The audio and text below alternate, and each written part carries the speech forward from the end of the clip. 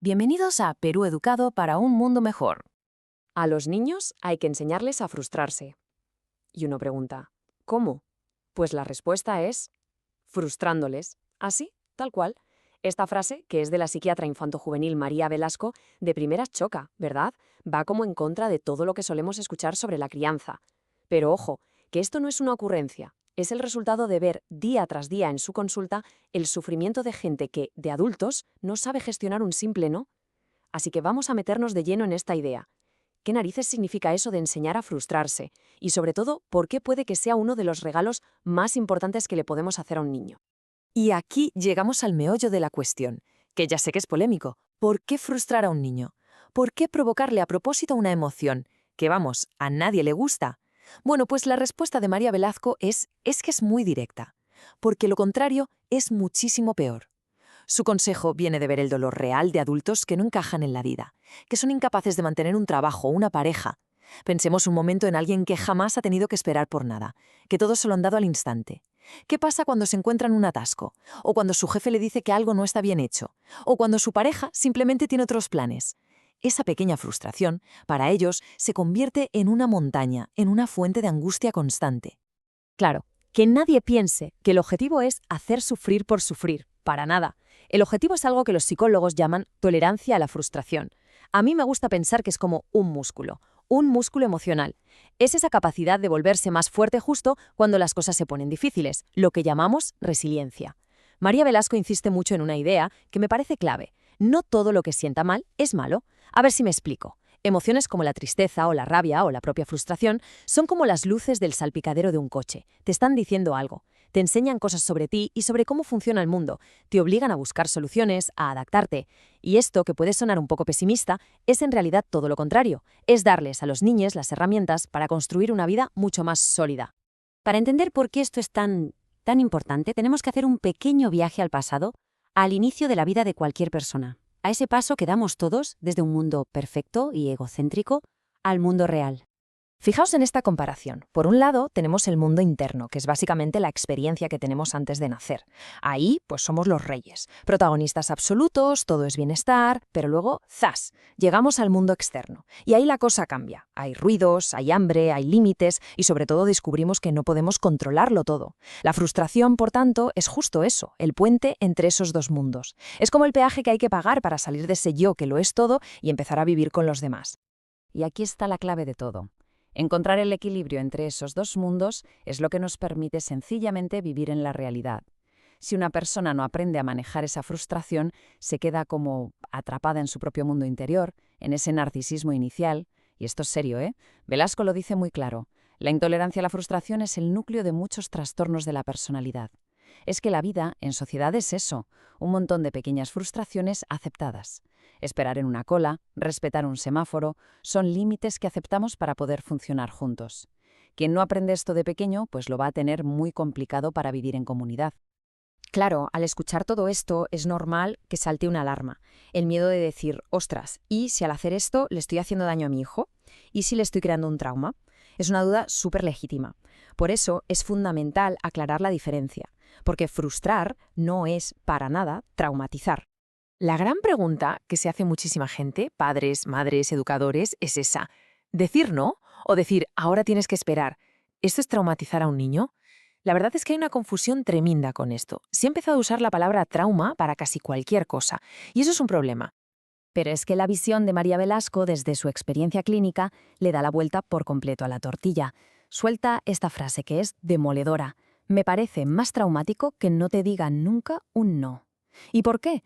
Pues porque un niño al que nunca se le dice no es como si lo mandáramos a una guerra sin casco. El verdadero trauma, dice ella, es llegar un día al cole o al mundo laboral y darte de bruces con la realidad, descubrir de golpe que el mundo no gira a tu alrededor. Ese sí que es un tortazo monumental. Entonces, ¿de qué estamos hablando exactamente cuando decimos frustrar? Ojo que no estamos hablando de maltrato, ni de abandono, ni de nada parecido. La palabra trauma, como dice Velasco, es algo muy, muy serio que a veces se usa con una ligereza que asusta. Hablamos de pequeñas frustraciones, de las del día a día, de cosas como tener que esperar tu turno para usar un juguete, o escuchar un no, ahora no podemos ir al parque porque toca hacer los deberes, o aceptar que en la tienda no nos podemos llevar todo lo que queremos, o simplemente oír un ahora no puede ser, tiene que ser más tarde. Cada una de estas situaciones no es un ataque, es una lección, es una pequeña dosis de realidad y es súper necesaria. Y ahora viene una de las consecuencias más potentes de todo esto, algo que a lo mejor no se ve a simple vista, y es que poner límites es la base para crear empatía. Sí, sí, como lo oís. Es como un efecto dominó que tiene un impacto brutal en cómo nos relacionamos con los demás. Mucha gente cree que la empatía es algo que sale solo, de forma natural. Y es un error.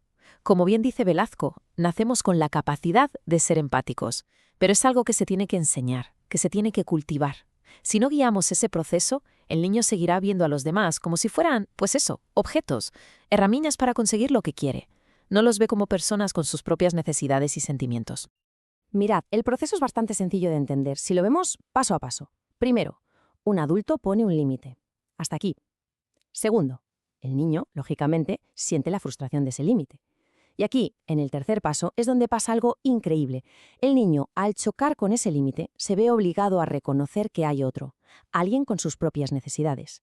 Y a base de repetir esto una y otra vez, llegamos al cuarto paso. Se desarrolla la capacidad de ser empático.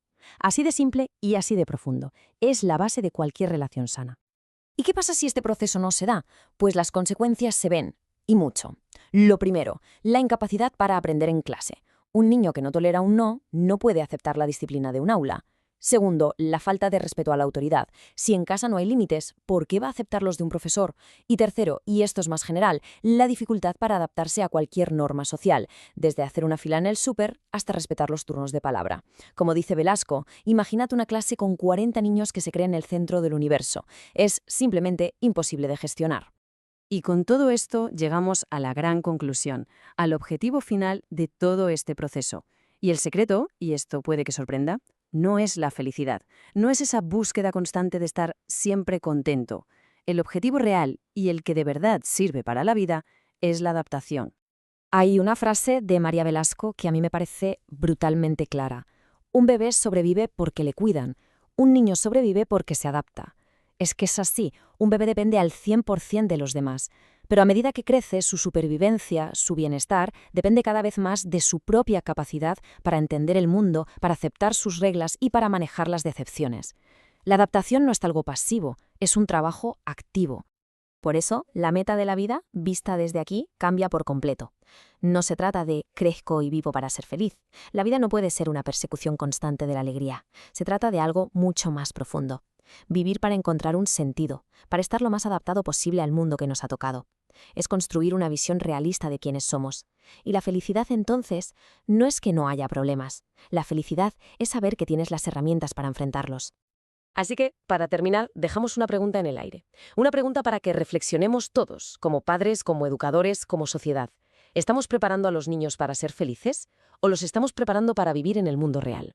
Porque a lo mejor, y esta es la gran paradoja que nos plantea María Velasco, solo preparándolos para la realidad, con todas sus frustraciones incluidas, es como de verdad les damos la oportunidad de construir una felicidad auténtica, sólida y que dure para siempre. Nos vemos de nuevo en otro episodio de Perú Educado para un mundo mejor. Haz clic y comparte.